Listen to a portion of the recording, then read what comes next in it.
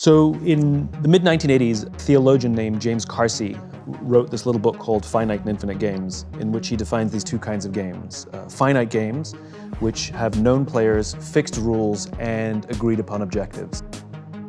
Right? There's always a beginning, a middle, and an end. The objective is to win the game. And then there's infinite games. Infinite games are defined as known and unknown players. You don't necessarily know who all the other players are. The rules are changeable. You can play however you want.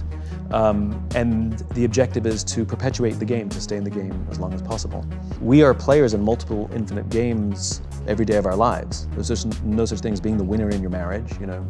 There's no such thing as winning global politics, and there's definitely no such thing as winning business. Business is an infinite game.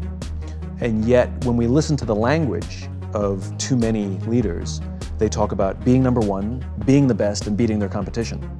And so what ends up happening is you have people building organizations and leading with a finite mindset, playing to win, in a game where there's no such thing as winning. And when we play with a finite mindset in an infinite game, there's a few very predictable and consistent outcomes, amongst which include decline of trust, the decline of cooperation, the decline of innovation, all of which contribute to the eventual demise of the organization itself. And so what I wrote about is what it means to lead with an infinite mindset, because we teach leadership as if it were a finite game.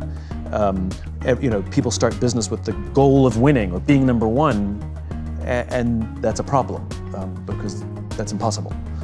So what I wrote about in the infinite game is leading with an infinite mindset.